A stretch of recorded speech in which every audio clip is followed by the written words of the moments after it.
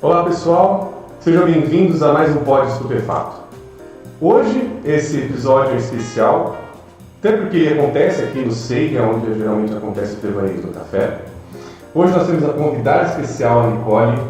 A Nicole é da página Universo Borderline. Ela vai estar falando um pouco do tema Borderline para nós, é o nosso tema central de hoje. E Dani, por favor, faça as boas-vindas. Olá, boa noite pessoal. Nicole, muito obrigada por você ter vindo aqui para Campinas, gravar esse podcast. Mais uma oportunidade de falar sobre o Borderline. Muito obrigada. Essa é a nossa intenção do programa, sabe? A nossa essência de levar a informação, passar a informação adiante. E eu quero que aqui você traga um pouquinho da sua experiência para tocar alguém lá que está nos assistindo, a procurar ajuda.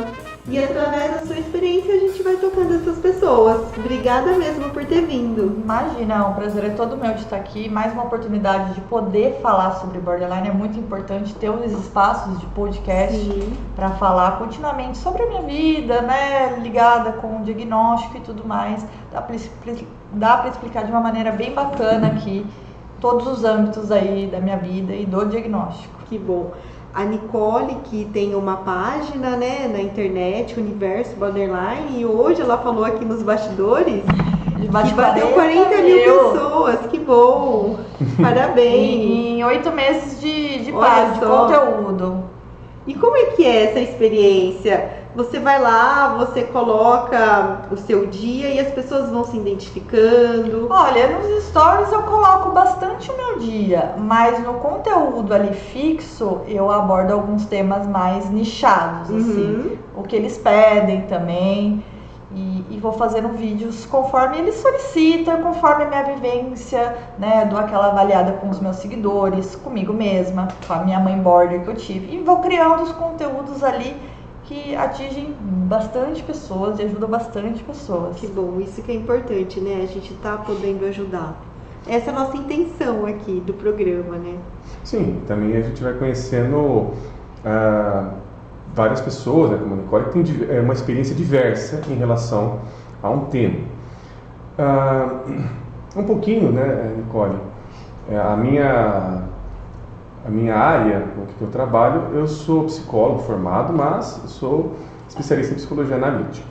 Então vou mais para a área da psicanálise, mais para o olhar mais junguiano, já falei bastante sobre isso. Mas o borderline, ele é um diagnóstico psiquiátrico. Então, dentro de uma psicanálise, a gente tem uma outra narrativa, tem uma outra forma de se lidar com algumas questões.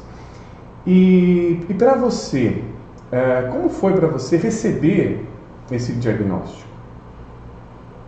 Na verdade, foi um conhecimento bastante que agregou na época que eu soube, mas eu não tomei a decisão na época que eu soube como eu, vamos dizer assim, funcionava, porque esse diagnóstico é basicamente alinhado com um funcionamento diferente. Recebi numa clínica psiquiátrica o diagnóstico de borderline, até mesmo porque eu fui um pouco border lá na clínica. Na segunda clínica, na primeira eu só fui depressiva, só cheguei depressiva, fiquei depressiva e continuei depressiva. É recente? O meu diagnóstico? Sim. Não, tem 9 anos que eu tenho o diagnóstico. Tá. Mas na minha primeira internação fui diagnosticada como depressão, só tomei antidepressivo, mas é porque eu cheguei num estado depressivo. Não dava nem para julgar o psiquiatra da clínica que me tratou, porque como eu descobri um borderline em 1 mês na fase depressiva? Não dá, né? Mas nas outras clínicas tive alguns gatilhos, tive alguns episódios de explosões e conseguiram fazer mais ligações e análises e dar o laudo. Foi quando eu também assisti vídeos e aquelas informações foram entrando em mim e eu falei, meu Deus, é tudo isso. Era o tempo todo, era isso. Não era um gênio difícil, não era uma pessoa difícil, é correlacionado a um diagnóstico que muitas pessoas nem imaginam que possam ter ou até mesmo têm. Foi libertador. Foi libertador pela questão de eu funciono assim por causa disso. Tira um pouco o fardo de ser tão explosiva, de ser tão complicada, de ser tão pavio curto, porque a gente vai percebendo que a gente funciona diferente. Mas até a gente entrar em contato com a psicologia, com a psiquiatria, a gente fica achando apenas que é uma pessoa difícil, que é uma pessoa complicada e coloca a culpa até no signo, se deixar, você fica ali vendo o signo, eu que sou canceriana, falei, é porque eu sou canceriana, tal, e não, era porque eu tinha um diagnóstico de borderline. E traz um pouquinho pra gente o que é ser um borderline, pra quem tá nos assistindo, não tem esse conhecimento, o que é? Pra quem não tem conhecimento, o que é um borderline, é bem complicado assim definir. Falar um pouquinho dessa intensidade. Porque cada border é um border, mas tem algumas coisas que são denominadores comuns, né? Sim. A intensidade e de 0 a 100 muito rápido. Tem umas coisas pontuais que você, mesmo não passando por uma análise ou uma consulta, você pode falar, talvez essa pessoa tenha isso, eu vou mandar, quem sabe, a minha página, quem sabe, para uma consulta terapêutica e procurar saber se tem isso, às vezes até mesmo não, mas o interessante é verificar os denominadores comuns, os 9 critérios ali, estudar, buscar um conhecimento. Sim. E ajudar quem está em torno, ou até mesmo si próprio, né? Porque quem chega até mim às vezes quer muito ajudar um amigo, um namorado, um parente, enfim. E também tem as pessoas que querem, putz, eu acho que eu sou assim, porque vai se alinhando, ver o podcast, ver os vídeos e vai dando aquele tipo, putz, e vai lá ver. E esse é o mais interessante de tudo da minha página. As pessoas, elas vão ver e elas vão procurar ajuda. Isso que é importante, né? Sim, e você foi falando, Nicole, parece que quando você recebeu ali que, o diagnóstico, alguma coisa virou. A impressão que eu tive na sua fala é que alguma chavinha virou. Que chavinha foi essa? Claro, se tiver uma chavinha. Assim. Não foi uma chave. Pra mim foi, tirei uma caçamba de peso das minhas costas. Tá. Porque a chave pra mim virou recentemente. Porque o que eu associo à chave? A chave é me dedicar ao meu diagnóstico. Me dedicar e falar assim, eu preciso de uma terapia, eu preciso ter um acompanhamento psiquiátrico, eu não me dou bem com álcool. Interessante, esse é um ponto bom. Preciso fazer exercício físico.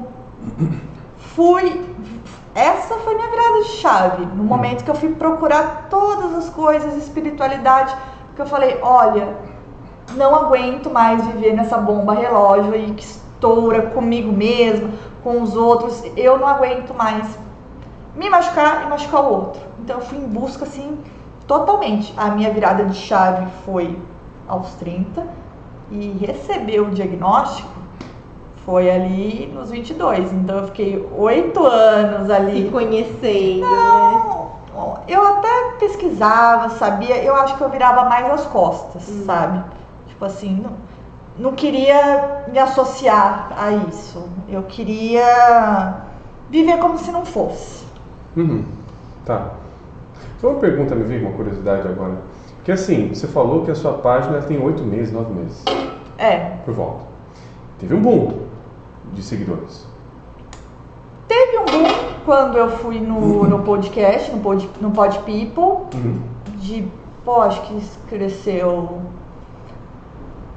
de 5 a 10 mil seguidores, mas o resto é uma constância mesmo. Sim. É uma constante, não teve grandes booms assim. É a minha constância, é o meu comprometimento. Se eu tô bem, eu posto. Se eu tô mal, eu posto. Então, todos os meus dias são conteúdos. Até mesmo a disfuncionalidade, assim, e não conseguir fazer as coisas, estar mal, vira conteúdo, porque as pessoas se identificam. Com certeza. Tipo, eu não consigo levantar da cama. Olha lá, Nicole. Mesmo fazendo tudo, ela também cai. E daí consegue se enxergar e também ter uma compreensão maior se tiver um border por perto que fica, por exemplo, na cama, assim, atropelado, desencanado da vida, tem um acolhimento melhor, assim, tipo, deixa um pouco a pessoa, respeita um pouco a pessoa, porque eu mostro ali que às vezes eu fico mal e eu quero ficar, não é que eu quero que respeitem o meu tempo de ficar mal, eu me permito ficar mal, com a consciência que hoje que eu tenho do meu diagnóstico, eu me permito que às vezes isso me atropele, porque isso atropela. Conseguir não ser atropelada é muito difícil, quase assim, impossível. Não dá para andar só no 8, a gente frequenta, não dá para andar só no 80, a gente frequenta o 8. É o 880 mesmo. É o 880, mas tem que saber aceitar o 8. Então, esse é outro ponto, porque na sua experiência, no que você vivencia, existe alguma dificuldade dentro das relações que você tem, seja de família, seja qualquer tipo de amizade, por aí vai, ter esse acolhimento que você está falando? Olha, hoje em dia que eu tenho página, ou seja, as pessoas que convivem comigo me seguem literalmente. Hoje elas têm um acolhimento melhor, porque elas conseguem ver e acompanhar, e no que eu posto as pessoas estão comentando parecido, igual, então elas veem que é verdade, que não é uma frescura, que não é tipo, pô, eu sou fraca, eu caio. Eles conseguem entender, pô, a Nicole não tá bem, deixa ela. Depois eu volto, eu volto, tô super bem. O chefe da loja onde eu trabalho, ele até brinca comigo. Ontem você tava aqui e você tava com planos, querendo fazer isso, falou de trocar de carro. Do nada, você não tava mais gostando da vida, não queria saber. Eu falei, olha que engraçado. É assim que a gente funciona, meio que sem reparar. Essa oscilação. Ele tinha reparado em mim o que eu não tinha reparado no que eu fiz de um dia para o outro. O que é interessante de início, que acho que você está trazendo, é que tem alguma coisa em você que é autônoma, que ela é assim. Você não escolhe ser assim. Não. Quem é borderline não escolhe ser borderline, não escolhe os critérios ali que vier a ter, mas tem dias que o mal-estar chega até nós e toma conta. Mas eu percebo que fazendo todas as coisas que eu faço, porque ir na academia, frequentar uma análise, um psicólogo, ter acompanhamento psiquiátrico e ter uma espiritualidade, essas 4 coisas são como pilares, assim, entende? Te mantém. Então, esses 4 pilares me dificultam muito eu frequentar a fase do 8. Então, hoje em dia, eu tô conseguindo viver mais no 80. Eu falo 80 porque eu considero o bem, o bom. O raio. Então, eu busco sempre estar nesses 4 pilares para viver bem.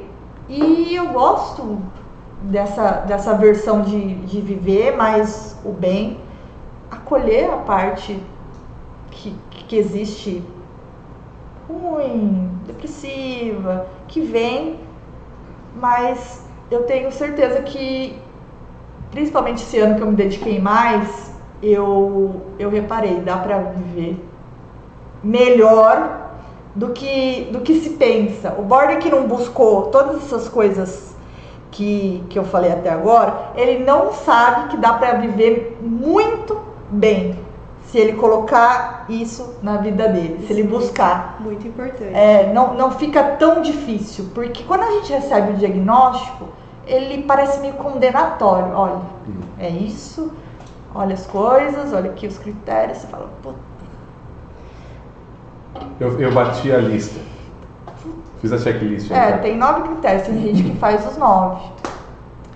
E, poxa, eu sou assim, não sei o quê. E na minha página eu brinco muito. Eu falo assim, quem recebe o diagnóstico é como se fosse o Harry Potter. Porque o que acontece com o Harry Potter? O Harry Potter sempre foi bruxo. Ele só recebe uma carta que ele é bruxo e está sendo convidado para a escola de magia de Hogwarts. Mas ele sempre funcionou diferente. No primeiro episódio ele tira lá o vidro do cativeiro da cobra.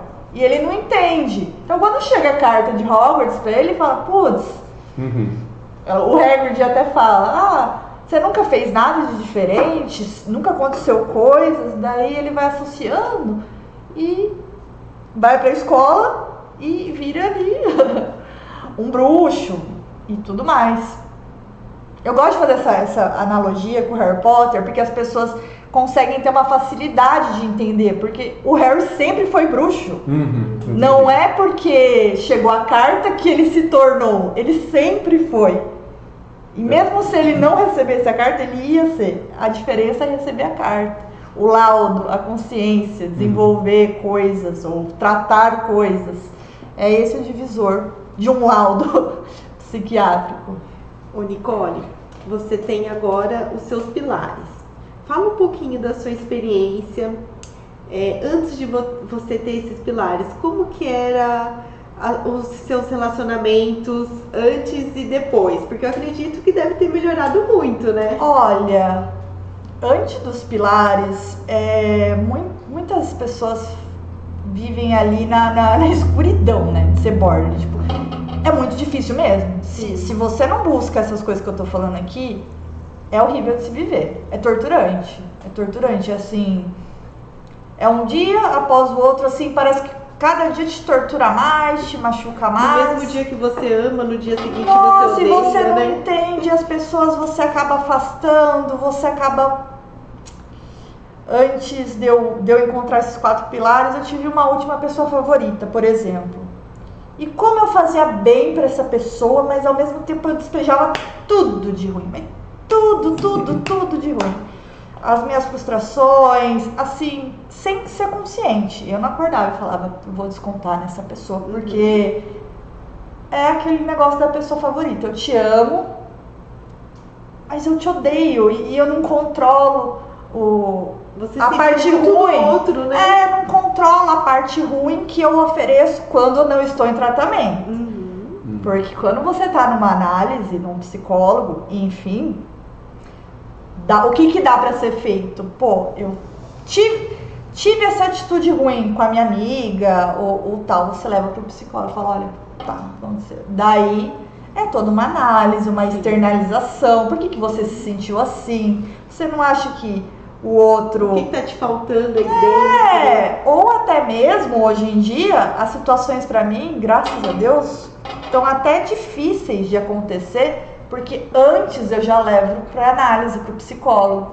Eu seguro ali o que tiver pra soltar com alguém, uma situação ruim, uma frustração, alguma palavra de ódio, algumas coisas peculiares que a gente tem.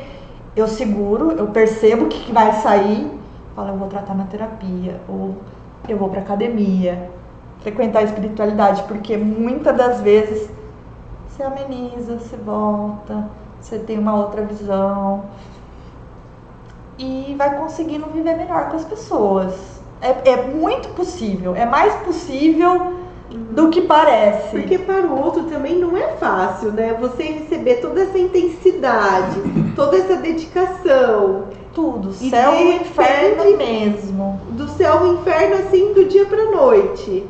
É difícil também. Completamente difícil.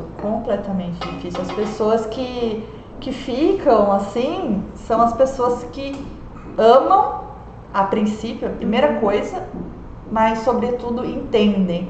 Sim. Tiveram uma informação. Compreenderam a linguagem através de alguma informação. Falou assim, porque eu acho que falta muito isso, né? Essa aí. Compreensão, entender o funcionamento de um border, né? Porque eu vou te dar um exemplo aqui. O autista é um diagnóstico mais divulgado. Por que eu falo autista?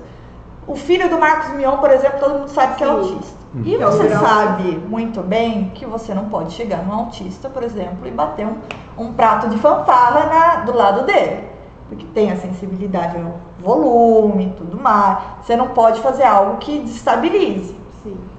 Então, eu tento, da minha forma, levar essa informação que, tipo assim, olha, o borderline também tem umas questões que você Se você fizer com ele, você vai desestabilizar. Umas peculiaridades. Exatamente. Porque a compreensão ainda tá muito lá atrás. As pessoas ainda não entendem nem muito bem o depressivo. Estão começando a entender melhor o autista. E lá atrás, no final da lista, tá o borderline e a Nicole tentando falar, gente, olha, é assim, vamos entender, vamos procurar, além de mim, procurem ler livros, procurem conteúdos de YouTube.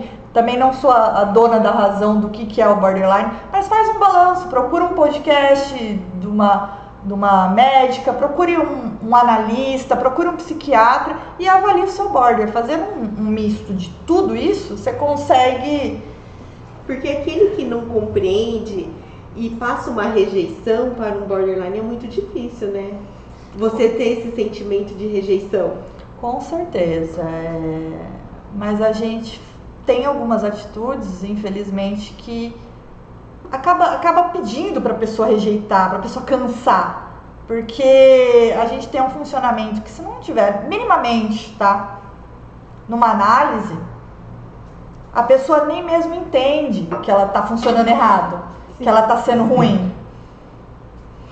Eu falo aqui que o autoconhecimento é tudo, né? A gente precisa levar isso para análise, trabalhar essas questões, essas dores, para o nosso bem-estar mesmo e do outro, né? Porque a gente acaba prejudicando o outro também.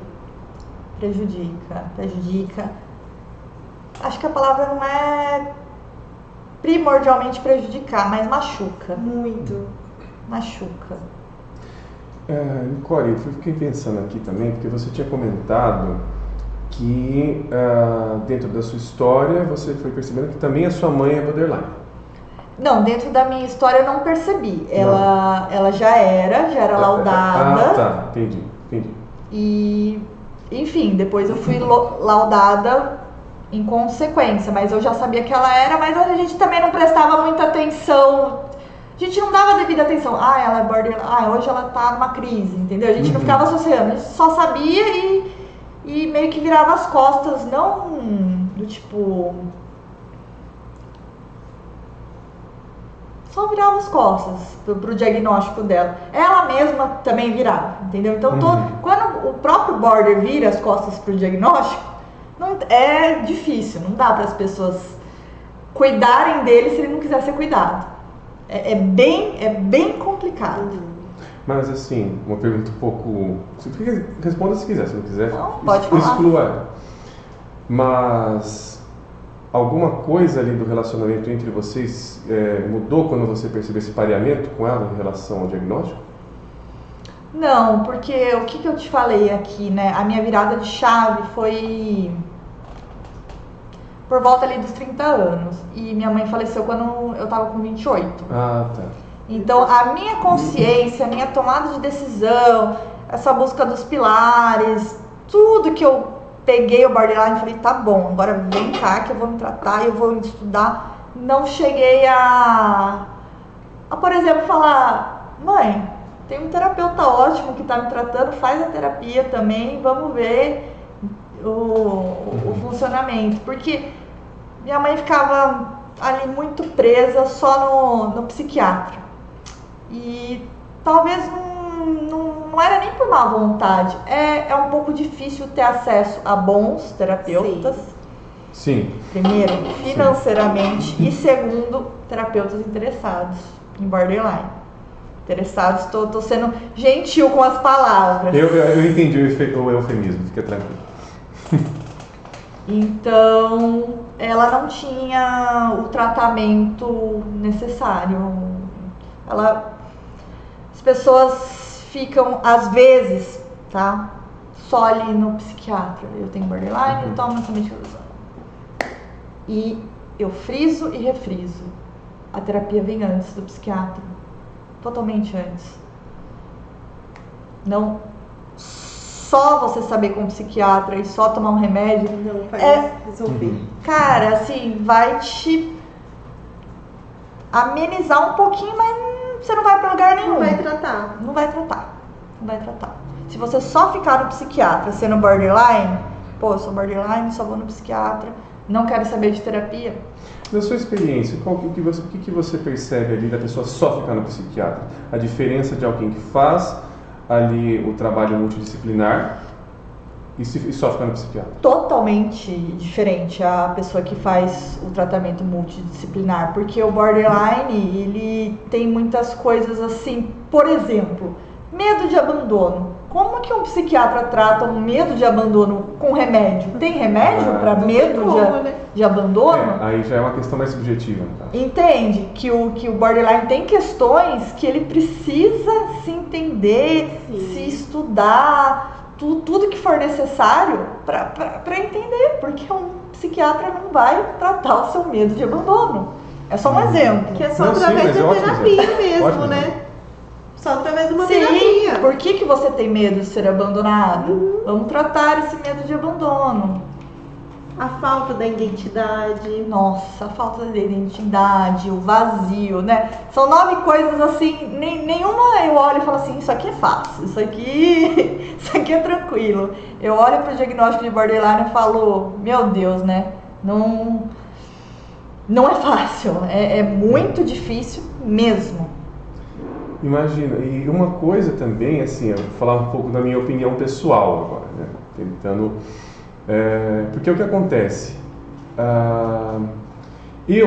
Rhodes, eu tenho um pouco de receio por vários motivos, não vou ficar explicando, senão dá toma tempo, mas com a palavra funcional. Eu vou explicar o porquê. Porque geralmente o funcional, ele está servindo alguma coisa. Geralmente essa palavra ela tem uma conotação de, tá funcionando para o quê? Funciona, sei lá, para o trabalho que está sendo requerido e tudo mais. Porque quando você está colocando a questão da sua maneira de ser, eu entendo que ela é diferente. É uma diferença. Complexa. Né? Porque eu queria trazer a questão que você tinha comentado da questão de tem algumas coisas que são disfuncionais.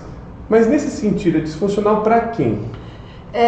Por exemplo, assim, a constância, que é muito difícil a gente pegar. Então é disfuncional para o pessoal que não gosta de montanha-russa. Não, por exemplo, assim... Não, com certeza, mas, por exemplo, assim... As pessoas funcionais, no meu ver, também vou falar no pessoal, para mim são as pessoas que trabalham de segunda a sexta, no horário comercial, e no final de semana conseguem curtir com a família, viajar. E assim, pra tudo, sabe? Quando chega a férias, tá bem pras férias. O borderline não tem uma certeza se ele vai estar bem pra dia nenhum. Ele pode trabalhar pra tá bem, fazendo essas coisas que eu faço. É difícil eu acordar assim, do nada, sem gatilho nenhum. Mas ser funcional como as outras pessoas de segunda a sexta, sabe? Os padrõezinhos, assim, para estudo, para concluir faculdade. Pessoas, por exemplo, que falam assim, eu tenho 20 anos de serviço em tal empresa. Entendi. Mas aí que tá, né? Porque que você vai comentando, por isso que eu estou tentando trazer a questão da diferença, porque nesse sentido, mais, sei lá, família margarina que você está trazendo... É isso que eu pensei. Mas essa é uma... E é isso que é proposto, assim, pelo Brasil. Você tem que trabalhar... Padronizada. Exato. Essa é uma proposta padronizada. Olha, para você ter uma vida feliz, para você ter uma vida saudável, ela tem que ser funcional. O que é ser funcional? É você ter uma família, você ter filhos, é você ter isso, você ter aquilo. Porque aí o que acaba acontecendo? Essas diferenças são colocadas como sendo coisas que são moralmente ruins, inclusive. Eu não posso... É como se isso que eu vivencio da maneira como eu vivencio é um problema.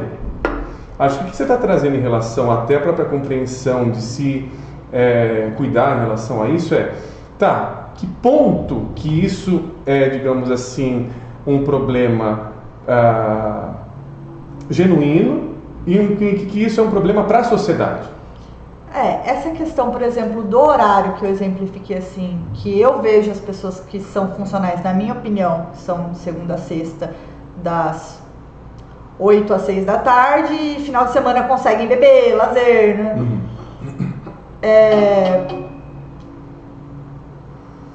Pra mim é muito difícil E hoje em dia eu até me aceito da maneira que eu funciono. Eu não funciono nesses mesmos horários de lazer, até mesmo lazer. Pô, o meu sábado e domingo não é garantido que, por exemplo, se nós formos amigos, que eu vou estar bem no domingo pra gente fazer tal coisa. Nada é garantido muito assim nos dias, porque é literalmente uma montanha-russa. E quando a gente fala o termo montanha-russa, parece que a gente escolhe fazer isso aqui, mas não escolhe, é um negócio automatizado do nosso funcionamento, que a gente vai nas outras coisas, terapia, psiquiatra, exercício físico, para lapidar e se tornar mais forte para conseguir. Na minha opinião, eu não me considero uma pessoa funcional de acordo com a sociedade. Mas para mim mesma, hoje em dia eu me considero funcional. Porque eu sei que nas minhas condições eu dou conta de um trabalho que não é CLT. Trabalho com design. Eu funciono muito bem, vamos dizer assim, com quantidade de produção, não com dias efetuados. Entende? Se você falar assim, Nicole, fique de segunda a sexta produzindo, talvez você me fale, trabalhe só na segunda e eu vou dar conta de produzir pela semana toda. Porque o dia bom do borderline é um dia que ele consegue fazer muito. Muito. E o dia que ele tá mal é difícil até tomar banho, entendeu? E também uma outra coisa, agora falando assim mais do seu contato com as redes sociais. Como é que costuma ser a interatividade quando você posta alguma coisa, será um story, uma publicação? Tem alguma demanda que vem para você que você fala, puxa vida?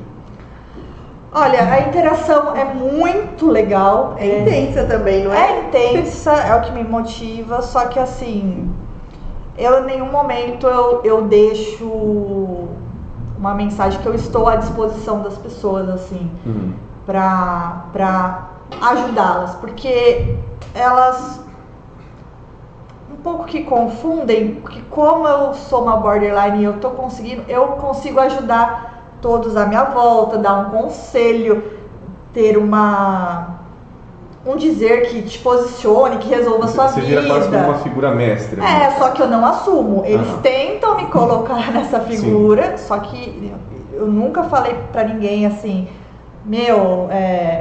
sei lá, se alguém vier com alguma ideação e mandar um textão, eu não respondo assim, tenta mais um dia e, enfim, por mais que eu quero que essa pessoa tente, mas eu sei se eu fornecer isso para fornecer isso para 2, para 3, as pessoas vão tornar dependente. Não, eu até respeito. Eu não respondo em respeito, porque a pessoa pode se tornar dependente da minha resposta. E daí eu posso. Não vai ter mais fim. Aquilo lá vai não é questão de não ter mais fim. Um dia que eu não possa responder, que eu viva a minha vida. Vai te odiar. Pronto. Ou me odiar, ou até mesmo, se ela não me responde, eu vou tentar, sei lá. Então aquilo vai doer muito no border, né? Então eu não adentro nas relações com eles, porque eu respeito. Eu só passo, psicólogo, exercício físico. Das minhas maneiras. Dá dicas, né? Eu interajo com eles, porque eu posto música, eu posto eu cantando. Eu converso com eles via stories. Eu me considero fazendo isso. Que eu ligo a câmera, eu gravo, falo e eles me respondem. Então eu sinto que eu tô conversando com eles. Mas é só até aí onde eu posso ir. Entende? É até onde me cabe. Porque depois disso, você tem que ir no psicólogo. Não é. Os borders confundem muito. E eu queria deixar isso bem claro. Conversar com um amigo não vai te tirar do ponto de onde você está estagnado. Porque acha que às vezes conversar com um amigo, com uma pessoa que também tem borderline, às vezes com 2 borders conversando é um engatilhando o outro, ninguém vai para lugar nenhum. Exato. Então, para 2 borders conversar, tem que estar os 2 na terapia. Entende? Para ser alguma coisa produtiva, porque o que tem que ser tratado de questão, você tem que levar na terapia. Não para outro border. Senão a amizade não vai adiante. Não, mas aí você está comentando de, por exemplo, uma conversa ali que um está esperando que o outro o apoie, o trate, no caso. A gente acaba fazendo isso. Eu não vou negar que eu também já fiz. Assim, não é consciente. A gente procura no outro uma conversa que nos acalente. Só que o certo é procurar um tratamento que nos oriente para funcionar melhor, para amenizar os critérios que tiver, porque os critérios eles não somem, mas você pode silenciar a maioria deles, eu garanto para você. E quais são esses critérios? Olha, eu sei que são 9, eu não tenho decor, nossa, seria preciso decorar, né, o CPF eu sei. A impulsividade, relacionamentos estáveis, falta de identidade, ideação suicida, automutilação, falei 5, né? Olha, até que mandei bem. Mutilação tem bastante também, né? E tudo coisa pesada, assim, eu não lembro os 9, mas sei que são 9, e se você tiver 5, seja bem-vindo à Borderlândia.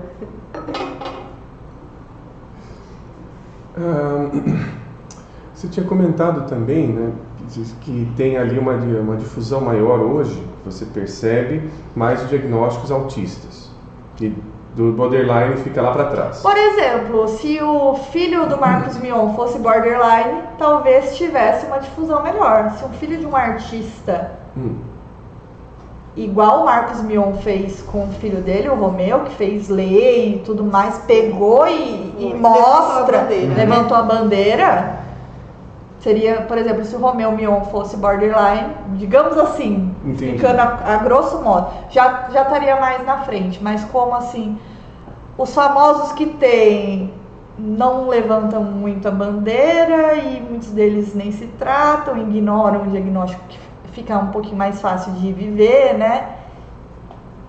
Entre aspas, então é pouco difundido. Então, eu me vejo fazendo esse trabalho. Eu tô ali todo dia, bem ou mal, tô falando, tô fazendo, tô pesquisando, sou super interessada, gosto de ler, gosto de saber. Falar de borderline pra mim, a gente pode ficar aqui, ó, 10 horas falando, porque é uma coisa que eu gosto. Que bom. E tá ajudando outras pessoas também, né? Com certeza. Você assistiu o filme da Amy Winehouse? O filme eu ainda não assisti, mas eu já assisti o documentário da Amy Winehouse, que é maravilhoso, o da Marilyn Monroe. Que são personalidades, né? São personalidades borderlines. Borderline. Super profunda, super... é visceral, né, assistir esses filmes da Amy, da Marilyn. Até mesmo uma coisa que muito border se identifica, e eu também me identifiquei muito. Não é laudada, não sei, não faço a mínima ideia, mas o documentário, se eu fosse Luísa Sonza, olha, esse eu não vi. Se você se identificar, fala assim, border, se você se identificar, busque um terapeuta, assim, busque uma orientação. Busque se interessar pelo tema. Porque se você assistir, você falar assim, meu Deus, eu sinto muito parecido com o que está sendo apresentado aqui, vai buscar saber. Busque um psiquiatra, tenha esse laudo e depois com a terapia vai te ajudando. O importante é você ter esse laudo aí, porque através do laudo muitas respostas são sanadas, né? Só que assim, eu acho mais fácil o caminho de você ir pro terapeuta e o terapeuta te mandar pro psiquiatra. Sim. Porque o que acontece? Se você for pro psiquiatra, você vai ter ali uma consulta, diretamente pro psiquiatra, você vai ter ali uma consulta de meia hora, não sei, até mesmo 1 hora, só que você não vai conseguir transcender, talvez, que você seja borderline para ele te dar. Ele pode parar ali numa ansiedade, numa depressão, e você fica ali. Agora, o terapeuta que você vai semanalmente, ele vai ter nos insights, vai falando assim, putz. Que eu também. E quando você já vai quando encaminha para o psiquiatra, já tá meio que com o caminho andado, entendeu? É meio que só falta o laudo. E que quem só pode dar esse laudo é um médico psiquiatra. Eu lembrei também agora, você falando, que eu tenho uma amizade muito grande com um psiquiatra, que é o Dr. Éder Schmidt. Ele já participou já do... O Dr. Fábio Schmidt? Não, o Dr. Éder. Éder, que o meu é Dr. Fábio. Não, que legal. Os dois Schmidts daí. Mas o Dr. Éder, inclusive, ele foi o que fundou a Faculdade de Psicologia na Universidade Federal de Juiz de Fora. Então, tenho um super carinho por ele. E uma vez eu fiz um curso com ele, que era de psicofármacos, se não me engano. Eu não vou lembrar o nome do curso, mas tinha a ver ali com um tratamento mais medicamentoso em relação a uma amplitude diagnóstica. Eu lembro que ele falou uma coisa muito importante em relação à posição psiquiátrica, porque ele falou ali, que eu lembro, né, já faz um tempinho que eu fiz o curso, mas que a memória resgata é tomar cuidado, porque quando você tem uma suspeita de um diagnóstico borderline, por exemplo, não já diagnosticar logo de cara, inclusive evitar diagnósticos como depressão crônica, ou hipermania e por aí vai, tem a linguagem psiquiátrica, por conta de que ele até, se não me engano, falou de uma quantidade mínima de umas 4 sessões para você fazer uma corroboração em relação ao diagnóstico. Então, você vê, olha, é realmente isso. Hoje, pela experiência própria que você teve em relação à maneira psiquiátrica com a qual você se tratou, como é que você vê esse cuidado com o manejo? Você como paciente. Para diagnosticar, como que você estaria me perguntando? Exatamente, não só sobre o diagnóstico, mas sobre o tratamento em relação a ele, como ele é feito e por aí vai. O psiquiatra, ele intervém de uma maneira ali que é meio que para apagar um incêndio, eu considero assim. É através da maneira medicamentosa, onde trabalha. Depende de como esse borderline está. Porque muitos borders me perguntam, por exemplo, o que você toma? Como se fosse uma receita de bolo que eu falasse assim, gente, toma todo mundo isso, que todo mundo vai viver bem. E não é bem assim. Não dá a solução, não tem um remédio, não quer a solução. Não, a pergunta mais recorrente é o que você toma, Nicole? E eu falo, meu Deus, gente, que complicado, né? Porque estão achando que a resolução tá no remédio. E não tá no remédio. O remédio, ele vai te oferecer algumas facilidades.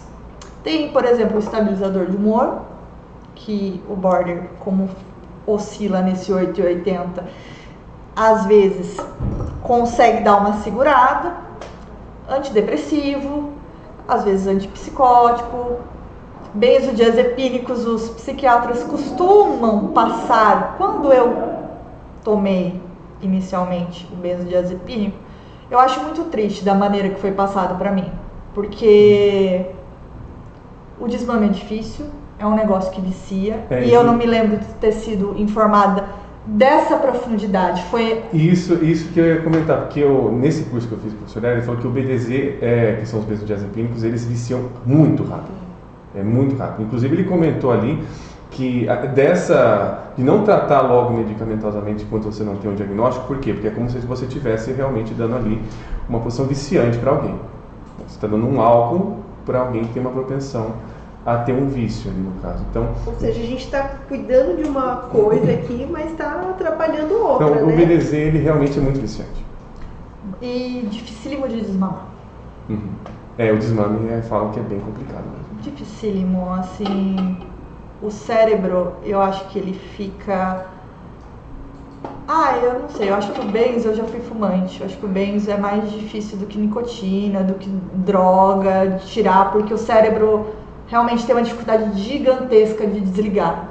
Parece que ele associa que para desligar, para dormir, se você não mandar o benzodiazepínico, você não vai, você fica. É como se você não funciona se não for agora com isso. Você não dorme, basicamente assim, você não dorme, você não vai dormir. Aí você conseguiu Consegui, mas esse desmame muito difícil. Aí que eu ressalto, que quando foi me passado, foi simplesmente passado. Olha, tal coisa, e toma benzodiazepínico também. Na época o clonazepam, o famoso Rivotril. E eu não lembro de ser avisada assim. Mas você quer mesmo tomar? Porque olha, é um remédio delicado. As contraindicações, esse remédio aqui não fui avisada. Mas é importante, inclusive, a gente está falando isso aqui no podcast por conta disso, né? Inclusive, falei a sigla errada, é BZD, na verdade, é Eu nem reparei. Eu falei errado, eu escrevi. Mas eu acho que a importância é isso, porque visão minha, tá? Me corrija se eu estiver errado com relação à sua vivência. Mas o que acontece ali, pelo que eu percebo em alguns relatos, é de como se o profissional quer dar logo uma resposta, quer logo, entre aspas, solucionar, resolver o problema e acaba jogando gasolina ainda mais.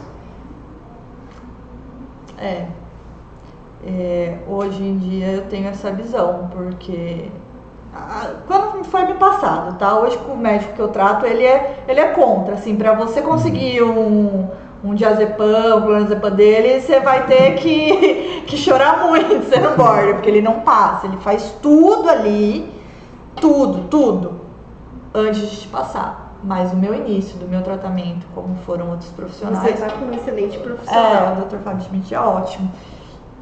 Me foi passado e depois eu tive que lidar com as consequências. É como se alguém tivesse injetado uma droga em mim e no outro dia eu queresse, digamos assim, e tem que viver com isso. Não me foi, pra mim era uma medicação. Era tipo pra passar uma dor de cabeça. Não, uma dipirona. Ninguém associou com vício, com demanda, com nada. Só foi passado como se fosse um remedinho. Ainda bem que a gente tá falando, podendo falar sobre isso, né? Que tem suspeita de ser borderline, evitem. Olha, gente, aproveitem um sono que vocês têm natural de dormir com cansaço. É muito bom dormir com cansaço, do que depender de um remédio. E outro ponto também, o border, ele se acostuma sem tratamento, sem esses pilares, sem tudo que tem para fazer, a ficar ruim. Quando fica ruim, tacar um benzodiazepínico. Não aguento sentir toda essa emoção. Benzo. Eu aprontei tal coisa com tal pessoa, que culpa. Benzo. Então, não vai pro analista ver o que aconteceu. Benzo. Só tá mascarando. E daí seu corpo vai, tá bom.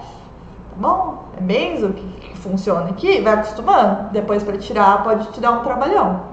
Pode não, vai. Fica a dica aí. Bom, acho que a gente já está chegando ao fim do nosso encontro. Maravilhoso. Primeiramente eu tenho que agradecer muito a você estar aqui conosco, né? Vim lá de Pirassununga para gente conversar. Já morei aqui, já morei em Campinas. É tranquilo. Obrigada mesmo. Eu acho que o sentido da vida é esse, Nicole.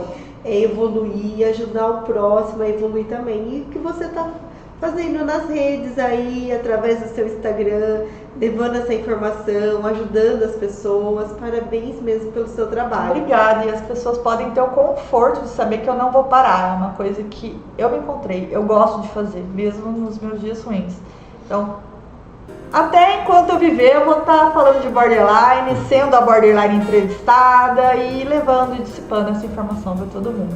Muito obrigada. A gente agradece bastante, Nicole. A gente agradece também aqui a equipe do SEI, Obrigada, que nos acolheu aqui, nos colocou aqui hoje para nós podermos estar falando sobre esse tema, um tema importante em relação à saúde mental. Hoje nós trouxemos a Nicole do Universo Borderline e, pessoal, até um próximo episódio. Até mais. Tchau, tchau. Tchau, tchau.